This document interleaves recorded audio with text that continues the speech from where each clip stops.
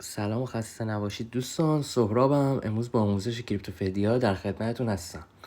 ربات کریپتوفدیا رو بازش میکنیم، استارت رو میزنیم، زبان فارسیمون رو انتخاب میکنیم، جوین به چنلش میدیم و I have joined.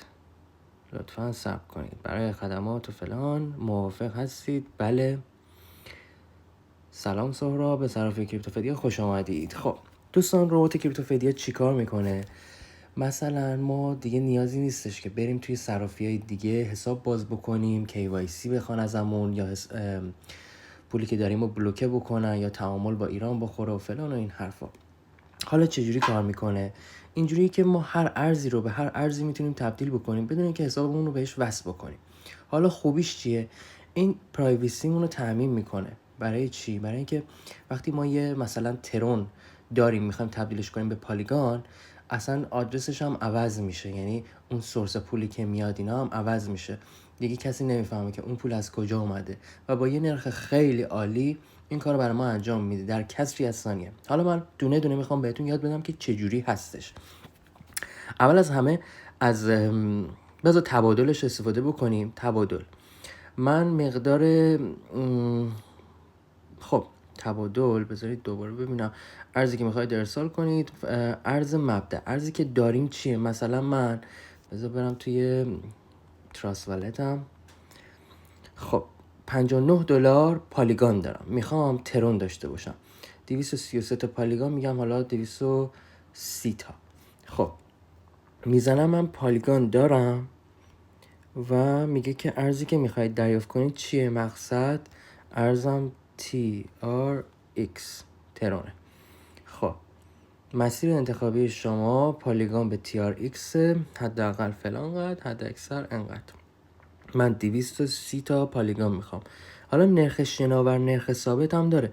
نرخ شناور یعنی که تا 0.5% اگه قیمت اون ارزه اون لحظه که من دارم چیز میکنم بالا پایین شد، اشکالی نداره، مال منو انجام بده تراکنش هم. ولی نرخ ثابت 1% یعنی که ممکنه بازار خیلی شلوغ باشه، میگه آقا تو 1% الان با من دیل بکن، اگه قیمت یهو 5% رفتش بالا پایین اون لحظه که من دارم خریدم و انجام میدم تراکنش میزنم، اشکالی نداره، تو با من 1% رو بستی، 1% از کل پول منو بگیر، فقط دیگه برات مهم نباشه که بازار چقدر تنش توشه.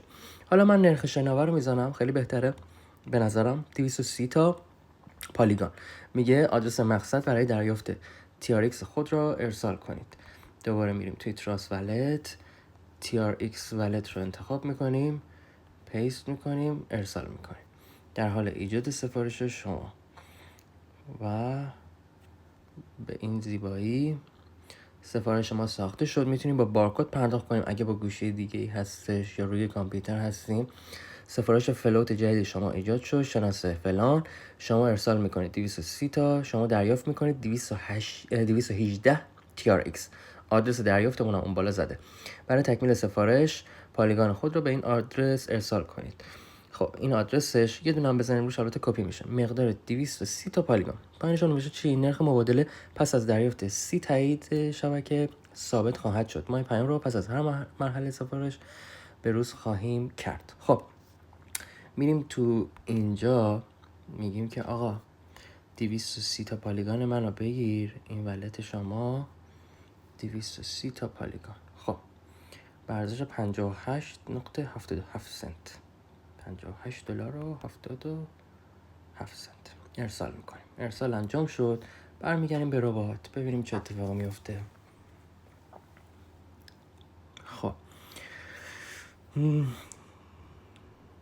ببینیم سرعتش اصلا چجوریه و غیره و غیره.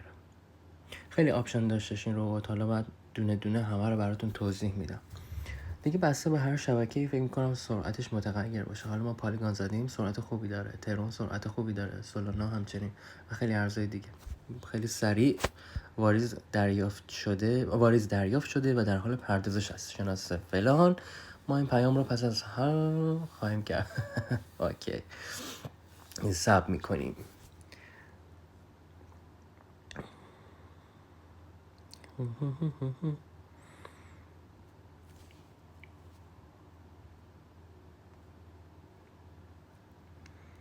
اینم که استارتشه. در صورت تمایل بریم ببینیم صفحه اصلی هم میاره. بله همزمان صفحه اصلی هم داره میاره. حالا انگولکش نکنیم ببینیم چی میشه. اوکی، سفارش تکمیل شده است. شناسه فلان شما ارسال کردید 230 218 ترون دریافت کردید. این هم شناسه هششه و join our website. این هم وبسایتشونه. اوکی، بریم ببینیم پول اومده. خب رفرش میکنیم. بله 57.86 برای ما واریز شد. اوکی، پس این بودش از نحوه تراکنش زدن. البته یه سری ارزها هستن که مثلا میگه ممو تگ داره، چه میدونم فلان این حرف و اگه داشته باشه تگ داشته باشه مثل تون، ریپل، اکسل ام یا ارزهای دیگه با ساپورت میکنه.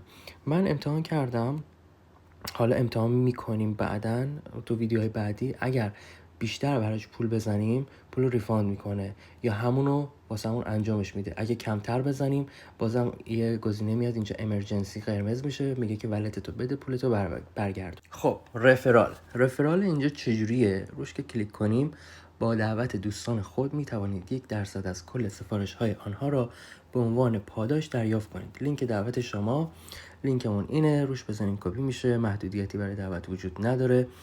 هر سفارشی که تکمیل بشه به صورت خودکار به حسابمون واریز میشه، البته تو حساب ربات. یه گزینه اشتراک داره که میتونیم بزنیم برای کاربرا بفرستیم برای دوستامون. برداشت رو بزنیم روش، موجودی حداقلش $10 باید باشه. $10 که جمع بشه به صورت تتر میشه برداشتش کرد. آمار شما تا کنون 0 کاربر رو به ربات دعوت کردین، خلاصه مالی داره و این چیزا. من از قبل یه دونه اکانت دیگه هم آماده کردم که با رفرالم جوین بدم ببینید چه شکلیه. الان اینجا کلیک میکنیم، بذار زبان فارسی، موافقم. کاربر سهراب 2 از طریق لینک شما دعوت شد، لینک دعوت شما به ربات پیوست. اوکی، اینو رفرشش هم بکنیم، عددش شد 1. تا کنون یک کاربر رو دعوت کردم. بعد که بزنیم تاریخچه‌ش هم هست، تاریخچه برداشتامونه، سوالات متداول. اینو با هر زبانی که وارد ربات بشیم به همون زبان سوالات متداولش رو داره. برگردیم به خانه سفارش ها رو که بزنیم، سفارش 230 پالیگانی که انجام دادیم رو اینجا نشون میده و روش که بزنیم یه اطلاعات دقیقی از هش، نوع سفارش، وضعیت، زمانش و غیره و غیره اینجا نشون میده که با رفرش هم رفرش میشه. بک میدیم، دوباره بک میدیم، حساب کاربری، زبان فارسی، کلن توتال اوردرز یه دونه بیشتر چیز نداشتیم و ریجستر کردیم تو این تاریخ و اکانت آیدی مونه. سوالات متداول هم باز اینجا هستش که چی کار میکنه این ربات و این حرفا و یه پشتیبانی داره. این کلیت ربات تلگرامی کریپتوفدیا بودش. مرسی که منو همراهی کردین. شب و روزگار خوش.